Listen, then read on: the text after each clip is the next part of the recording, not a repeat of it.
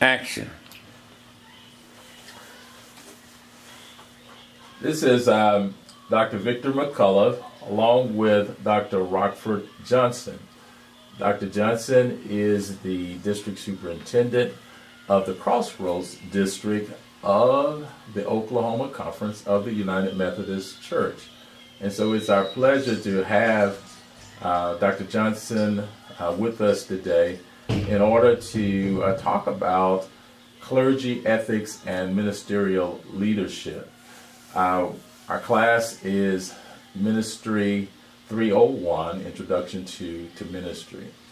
Dr. Johnson, welcome. Glad to be here. Yeah.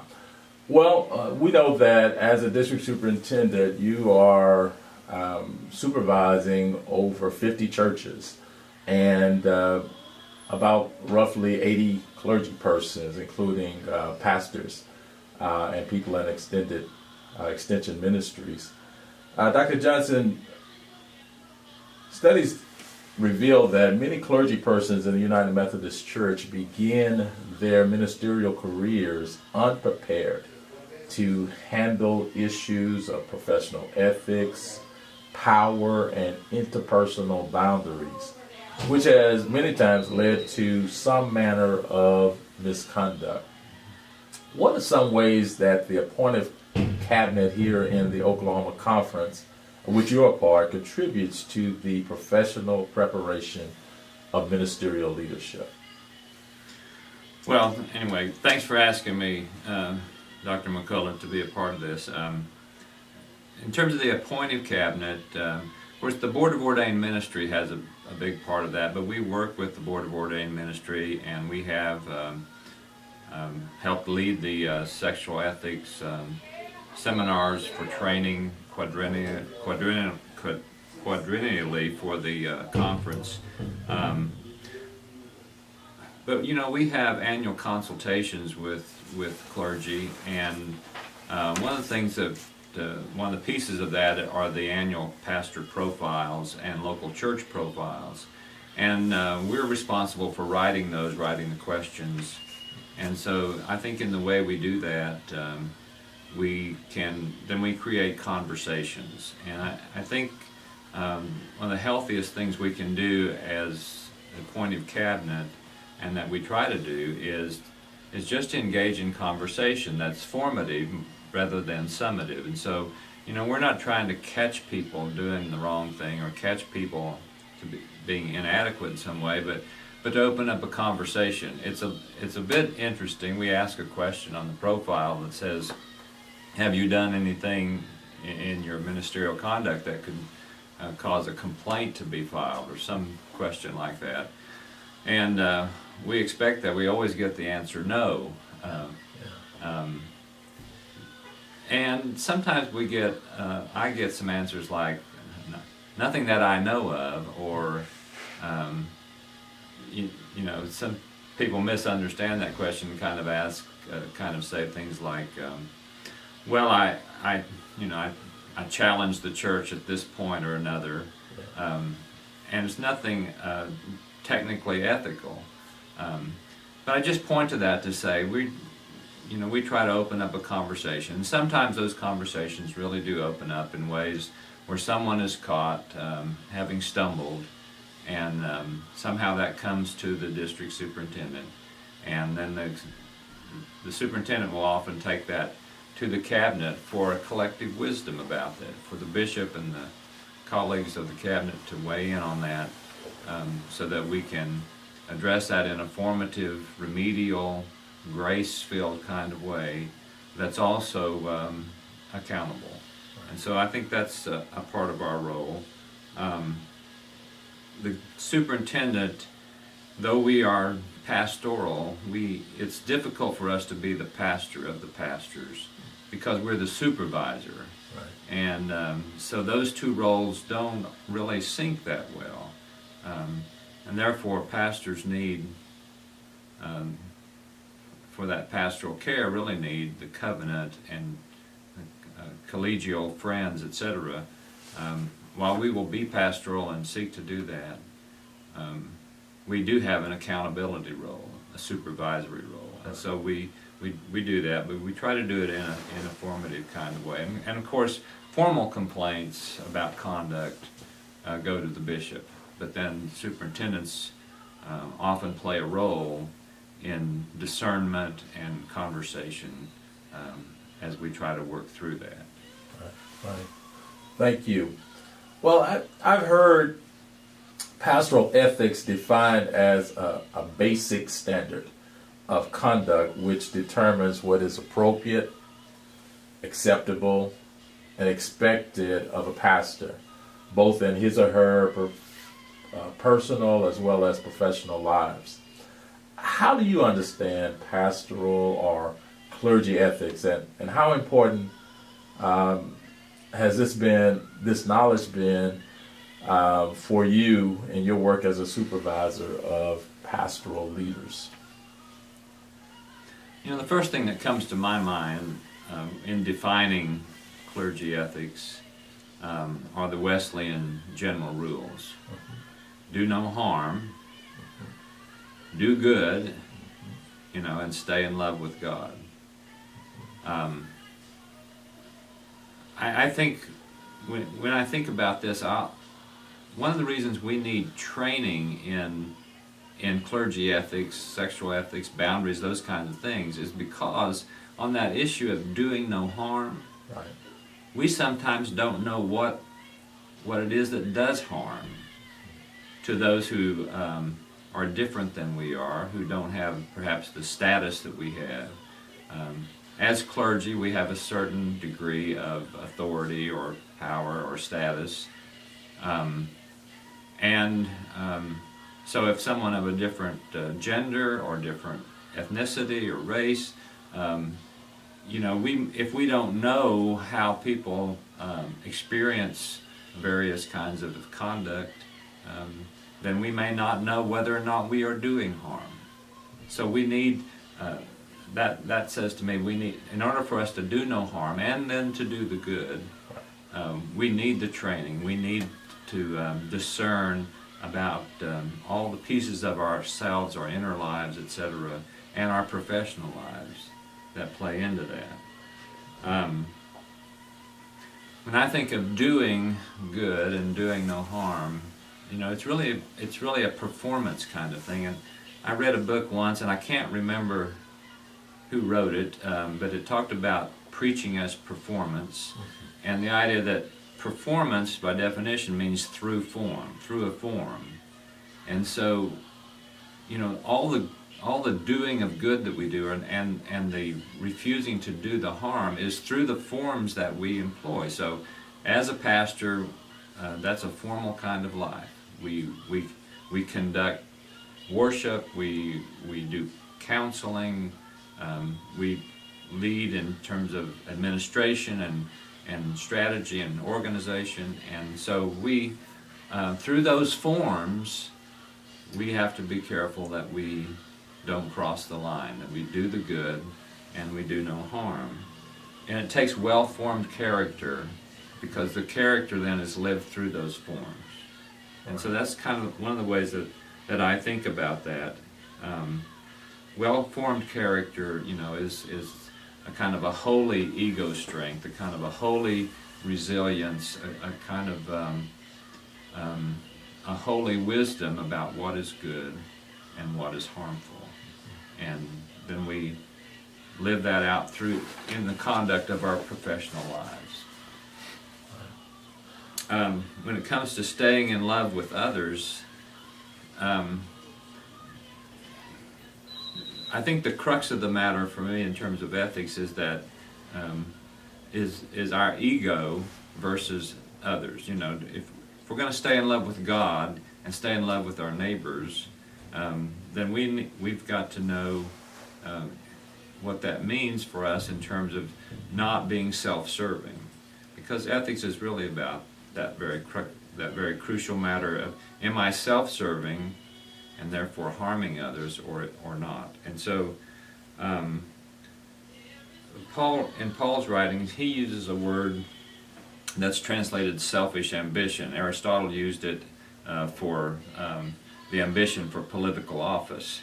And so it's about being self-serving, and I believe in a holy ambition. We need ambition, but it needs to be redeemed. It needs to be holy. And if we stay in love with God and stay in love with neighbor, and not be about serving ourselves or just loving ourselves. So it's kind of that narcissistic versus neighbor love, a difference. And I think that is the core for me of ethics. And how do we ask ourselves over and over again, who am I loving? Am I in love with myself, my ideas, my ego, what I want out of this relationship, what I want out of this experience, etc. So those are some of the thoughts I have around that. That's quite interesting. In our class, we've talked a lot about self-care. We've talked about spiritual disciplines. And it's interesting that narcissistic love, as it relates to keeping that in balance or in tension with a healthy self-care. We see quite a bit of burnout and all of that going on. And I'm sure you've seen that among your pastors, and perhaps you've even seen cases where people either get themselves in situations or just all of a sudden quit and say, I've had enough, because of not walking through or living out that tension in a healthy way between self-care and kind of inappropriate love or inappropriate actions toward others. What are some of the ethical do's and don'ts of clergy and church leadership that influences ministry fruitfulness and missional vitality in our local communities? And I ask that in light of the fact that DSs are now known as missional strategists, as opposed to just being those who are administrative figureheads. No disrespect. So in being able to get out in the community and make a huge difference, what are some of those do's and don'ts that you would caution us in knowing? Yeah, I think that's another one of those coins with two sides, right? So, going back to Wesley again, the idea of not trifling away our time or being idle, and we all kind of know that John Wesley was kind of a dogged, diligent, faithful, work all the time kind of person or persona. And it takes that. I mean, we're in a time when effectiveness and fruitfulness is more challenging.